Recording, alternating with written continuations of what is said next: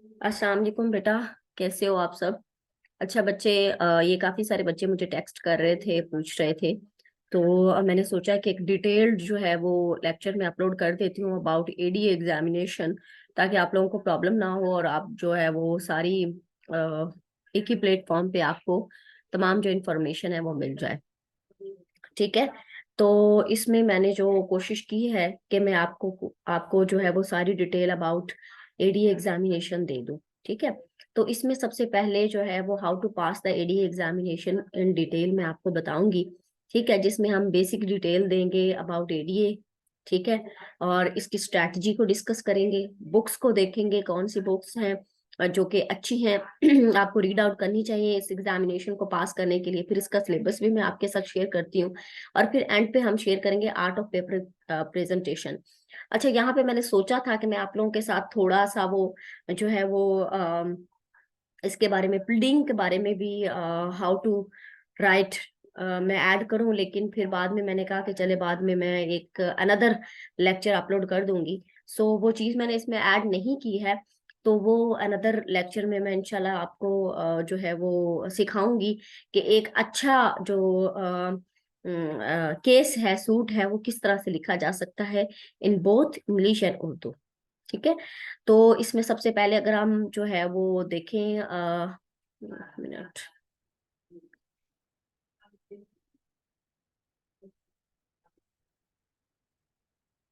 Okay.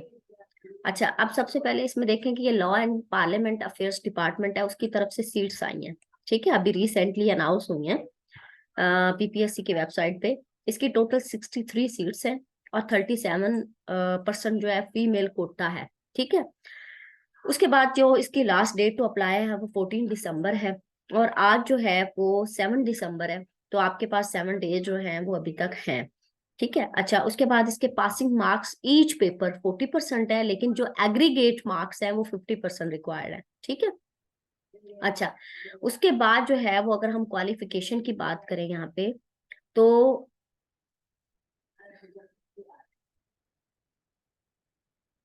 अच्छा, अब हम इसमें अगर क्वालिफिकेशन की बात करें तो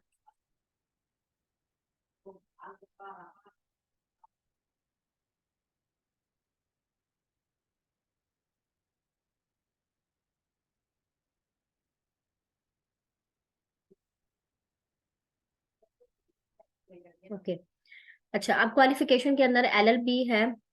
अगर किसी बच्चे ने एलएलबी किया हुआ है तो उसके लिए 50% मार्क्स जरूरी हैं। यानी जिन बच्चों के अगर 49% भी आ रहे हैं ना, तो वो भी जो है वो ऑप्शन क्लोज हो जाता है, वो अप्लाई नहीं कर सकते। 50% या अबव 50% स्कोर चाहिए। लेकिन उसके साथ साथ 4 इयर्स एक्टिव प्रैक्टिस भी चाहिए एज एन एडवोकेट। ठीक है। फिर अगर हम एलएलएम की बात करें तो 2 इयर्स प्रैक्टिस चाहिए। यहाँ पे उन्होंने मार्क्स की जो कंडीशन है वो नहीं रखी हुई। ठीक है।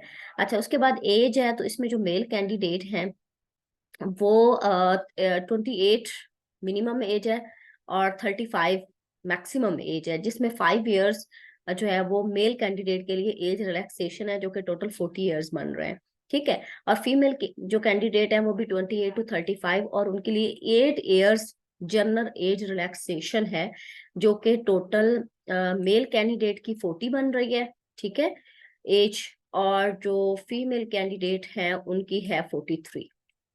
ठीक है, उनकी 43 है।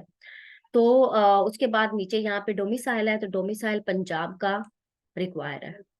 ठीक है।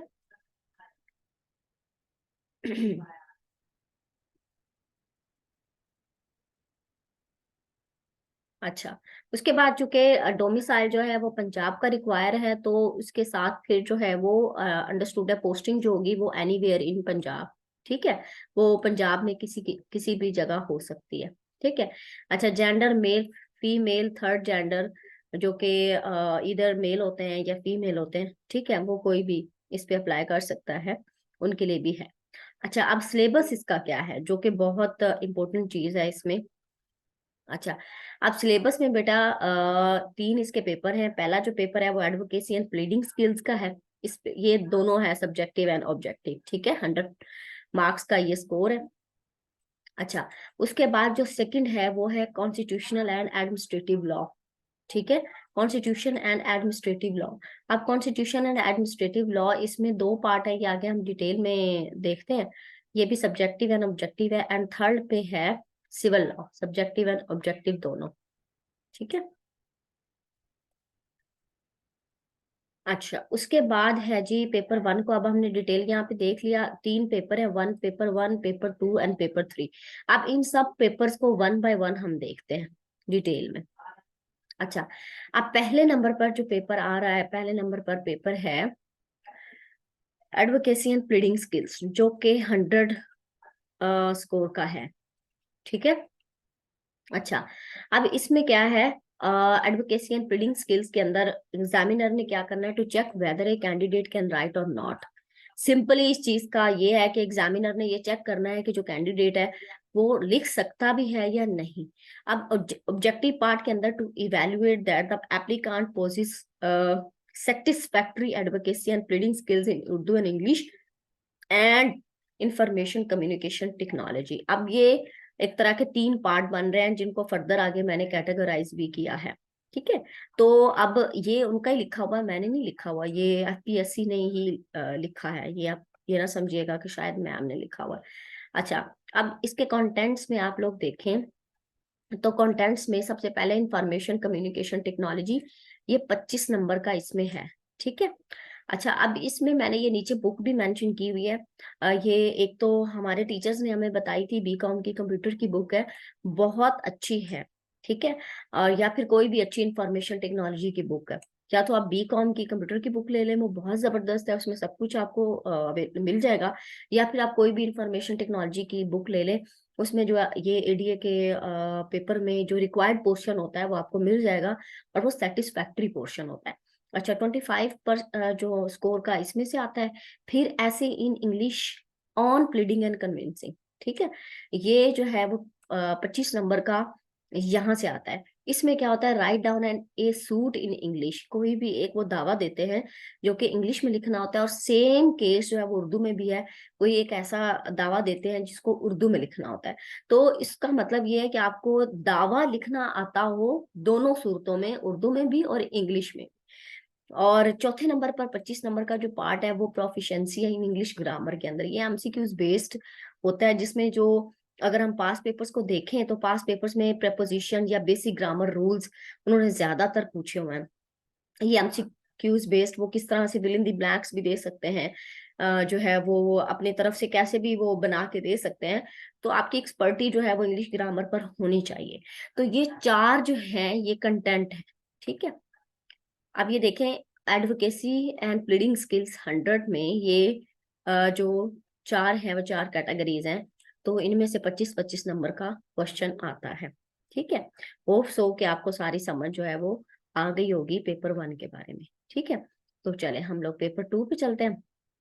अच्छा, अब पेपर टू है कॉन्स्टिट्यूशनल एंड एडमिनिस्ट्रेटिव लॉ। अच्छा, अब इसका जो ऑब्जेक्टिव है, ये चूंकि दो पार्ट है, कॉन्स्टिट्यूशनल लॉ एक पार्ट है, एडमिनिस्ट्रेटिव लॉ अनदर पार्ट है, जिसको हम दोनों पार्ट्स में ही देखेंगे।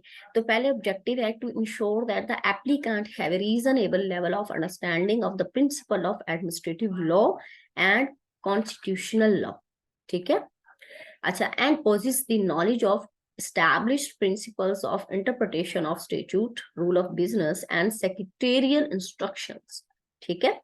तो ये है, अब इसकी जो ऑब्जेक्टिव पार्ट है उसको पढ़ के ही आपको जो है वो समझ आ गई होगी। ऑब्जेक्टिव पार्ट से मतलब ये कि इसका ऑब्जेक्ट क्या है। ठीक है। वो तो वैसे तो ऑब्जेक्टिव एक क्वेश्चंस भी आएंगे और सब्जेक्टिव क्वेश्चन भी आएंगे, वो एक अनदर चीज होती है। ठीक है। अच्छा। अच्छा, अब यहाँ पार्ट वन चुके है कॉन्स्टिट्यूशनल लॉ। तो उसके अंदर तीन चीजें हैं जो कि 40 मार्क्स का है। ठीक है, यानी टोटल 100 का है ना, तो 40 मार्क्स का कॉन्स्टिट्यूशनल लॉ है और 60 मार्क्स का एडमिनिस्ट्रेटिव लॉ है। ठीक है। तो अब जो कॉन्स्टिट्यूशनल लॉ है उसमें होगा principle of interpretation of statute. ठीक है। वो आपको पता है 1973 का कॉन्स्टिट्यूशन है, जिसमें से केस बेस्ड आंसर्स भी आ सकते हैं, 15 नंबर का पूछेगा एग्जामिनर। अच्छा, उसमें सेकंड नंबर पर rule of business and secretariat instructions 10 number के होंगे। और फिर कॉन्स्टिट्यूशन ऑफ पाकिस्तान को ओवरऑल देखा जाएगा, 15 नंबर का क्वेश्चन आएगा। ठीक है। ये एडमिनिस्ट्रेटिव जो है वो कॉन्स्टिट्यूशनल लॉ है। उसके बाद 60 मार्क्स का है एडमिनिस्ट्रेटिव लॉ। ठीक है। अब एडमिनिस्ट्रेटिव लॉ के अंदर एग्जामिनर ने 5 चीजें दी हैं। डेलीगेटेड लेजिस्लेशन है, एडमिनिस्ट्रेटिव डिस्क्रिशन है, जुडिशियल रिव्यू है, फाइनलिटी ऑफ एडमिनिस्ट्रेटिव एक्शंस हैं, और जुरिस्डिक्शन एंड कोर्ट्स हैं। ठीक है। तो ये इनकी एंड पे मैं आप लोगों को बुक्स भी बताऊंगी। तो ये जो है एडमिनिस्ट्रेटिव लॉ की कोई अच्छी सी बुक अगर आप पढ़ेंगे तो ये सारे क्वेश्चंस आपको एट अ टाइम एक ही जगह पर मिल जाएंगे। ठीक है। अच्छा, अब लास्ट नंबर पर जो तीसरा पेपर है वो है सिविल लॉ। ठीक है। अब दिखने में ये बड़ा जो है वो, अब ऑब्जेक्टिव इसका क्या है, to assess the profound knowledge of and insight into the civil laws and application of that knowledge as a lawyer. ठीक है। अच्छा, अब इसके कंटेंट क्या है। अब इसमें सीपीसी है सब नंबर पर, सिविल प्रोसीजरल कोड 1908, ये बहुत इंपॉर्टेंट है। इसमें जो सेक्शन पोर्शन है वो सबसे ज्यादा इंपॉर्टेंट है। फिर ऑर्डर 6, 7 और 14 तक ये ऑर्डर्स इंपॉर्टेंट है, इनमें वो कुछ भी पूछ सकता है। ठीक है। स्पेसिफिक रिलीफ एक्ट इंपॉर्टेंट है 1877। ठीक है, ये कंप्लीट है। इसमें जो है वो एग्जामिनर कहीं से भी पूछ सकता है कुछ भी। अच्छा, उसके बाद लिमिटेशन एक्ट है 2009 के, पंजाब सिविल सर्वेंट एक्ट है 1974, पंजाब सिविल सर्वेंट रूल्स भी है 1966। कॉन्ट्रैक्ट एक्ट बहुत इंपॉर्टेंट है, इसके जो सेक्शन 1 से 75 है ये ज्यादा इंपॉर्टेंट है। ठीक है। बाकी आगे जो है वो एजेंसी वाला और जो दूसरे दिए गए हैं गारंटी एंड इंडेमनिटी वाले वो भी इम्पोर्टेंट है, लेकिन 1 से लेकर 75 जो कि इसमें बेसिक दिया गया है तो ये ज्यादा इंपॉर्टेंट है, इसमें से एग्जामिनर ज्यादा पूछता है। अच्छा, उसके बाद लैंड एक्विजिशन एक्ट है 1894, ये भी बहुत इंपॉर्टेंट है। उसके बाद कानूनी शहादत ऑर्डर 1984, ये भी इम्पोर्टेंट है। इसमें रेलिवेंसी ऑफ फैक्ट जो है वो ज्यादा इंपॉर्टेंट है। बर्डन ऑफ प्रूफ, ये सारी चीजें जो है वो बहुत ज्यादा इंपॉर्टेंट है जो आप लोगों ने करनी है। फिर पंजाब जनरल क्लॉजेज एक्ट है 1956, आर्बिट्रेशन एक्ट 1940, और फिर एंड पर प्रिंसिपल ऑफ क्रिमिनल लॉ है, पीडा एक्ट है। ये लास्ट जो पेपर्स आए थे ना उसमें उसने पीडा से क्वेश्चन दिया हुआ था, इस वजह से मैंने इसको इस पे इम्पोर्टेंट की जो है वो टिक लगाई है कि ये भी इम्पोर्टेंट है। ठीक है। अच्छा, उसके बाद हाई कोर्ट रूल्स हैं, सीआरपीसी वॉल्यूम 1, और Punjab procurement regulatory authority act 2009 and Punjab procurement rules 2014। ठीक है। अच्छा, अब ये देखें बेटा कि मेरे ख्याल में आपको मैंने सारे जो पेपर्स हैं, तीनों के तीनों पेपर्स वो डिटेल में समझा दिए। ठीक है। अब उनके जो सिलेबस में आपके साथ डिस्कस कर लिया है, और उनका सारा स्ट्रेटजी भी कि जो एफपीएससी ने हमसे, वो सॉरी पीपीएससी ने रिक्वायर की है। ठीक है। तो वो भी सारे मैंने आपको समझा दिया। अब एंड पे जो आते हैं बुक्स, तो कुछ बुक्स थी जो हमारे टीचर्स ने हमारे साथ शेयर की थी जो कि बहुत अच्छी हैं और हमने उनसे बहुत फायदा लिया है, तो मैंने सोचा कि चले मैं भी आप लोगों के साथ शेयर करती हूँ। अच्छा, एक ये बुक है pleading and convincing, Mansoor book house वालों की ये बुक है, जिसमें प्लीडिंग एंड कन्विंसिंग के बारे में both in Urdu and English बहुत अच्छा दिया गया है। तो ये आप जरूर बुक देखें, अगर आपको ये सॉफ्ट फॉर्म में मिलती है तो दैट्स गुड, अदरवाइज आप जो है वो हार्ड फॉर्म में भी आपको मिल जाएगी। फिर Bindra's law of pleading and convincing है, ये भी बहुत अच्छी बुक है। इन दोनों में या आप इसको पढ़ लें या आप इसको पढ़ लें, या फिर अगर आपके पास दोनों अवेलेबल हैं तो दोनों से इस्तेफादा हासिल कर लें। दैट ये आपकी बड़ी अच्छी आपको हेल्प आउट करेगी। अच्छा, उसके बाद है Punjab government rules of business है 2011, ये बड़ी अच्छी बुक है। फिर मैनुअल ऑफ सेक्रेटेरिएट इंस्ट्रक्शन 2016, ये भी बहुत जबरदस्त है। फिर एडमिनिस्ट्रेटिव लॉ है, प्रिंसिपल ऑफ एडमिनिस्ट्रेटिव लॉ, ये केएलआर वालों की बहुत जबरदस्त बुक। मतलब इसमें आप को जो है वो एडमिनिस्ट्रेटिव लॉ से जितने भी सिलेबस के अंदर उन्होंने चीजें डिस्कस की हैं वो सारी मिल जाएंगी। और फिर ये जुरिस्डिक्शन, वो जो जुडिशियल रिव्यू वगैरह था उसमें ये जुरिस्डिक्शन बाय वी डी महाजन। ठीक है। ये एक बुक मैंने इसको पढ़ा है, मुझे ये बड़ी अच्छी लगी है, तो ये मैं आपको रिकमेंड कर रही हूँ। हमारे भी टीचर्स ने हमें रिकमेंड की थी, तो मैं सेम डिट्टो आप लोगों को रिकमेंड कर रही हूँ। आप लोग अगर समझना चाहते हैं और आपके पास टाइम है तो इस बुक को पढ़ें, ये आपके तमाम जो कॉन्सेप्ट्स हैं वो क्लियर कर देगी। और फिर जो है वो बेयर एक्ट्स, ये तो आपने लाजमी पढ़ना है। उसकी रीजन ये है कि जो ऑब्जेक्टिव पार्ट आता है वो बेयर एक्ट पढ़े बगैर आप क्लियर नहीं कर सकते। और पास पेपर्स, ये तो मोस्ट इम्पोर्टेंट है, क्योंकि जब तक आप पास पेपर्स को नहीं देखेंगे तब तक आप जो है वो कभी भी कोई क्वेश्चन अच्छे से अटेम्प्ट नहीं कर सकते, पर्टिकुलरली ऑब्जेक्टिव क्वेश्चन। ठीक है। अच्छा, अब लास्टली जो है how to you attempt a paper. तो पेपर की जो अटेम्प्ट करने की स्ट्रेटेजी है बेटा वो है टू द पॉइंट। ठीक है, लाइक जिस तरह से अगर एग्जामिनर ने आपसे जो पूछा है ना, आपने वही बताना है। अब जैसे यहाँ पे, एक मिनट, मैं कोशिश करती हूँ यहाँ पे टाइप कर सकूं। ओके, अगर एग्जामिनर जो है वो पूछता है कि under what conditions primary evidence can be given. ठीक है, अब ये एग्जामिनर ने सपोज आपसे ये क्वेश्चन पूछ लिया कि under what conditions primary evidence can be, sorry, secondary evidence can be given. Primary evidence तो हमने फर्स्ट, जरूरी है कि वो पहले वही देनी है। ठीक है, सेकेंडरी एविडेंस। अब जो ओहो,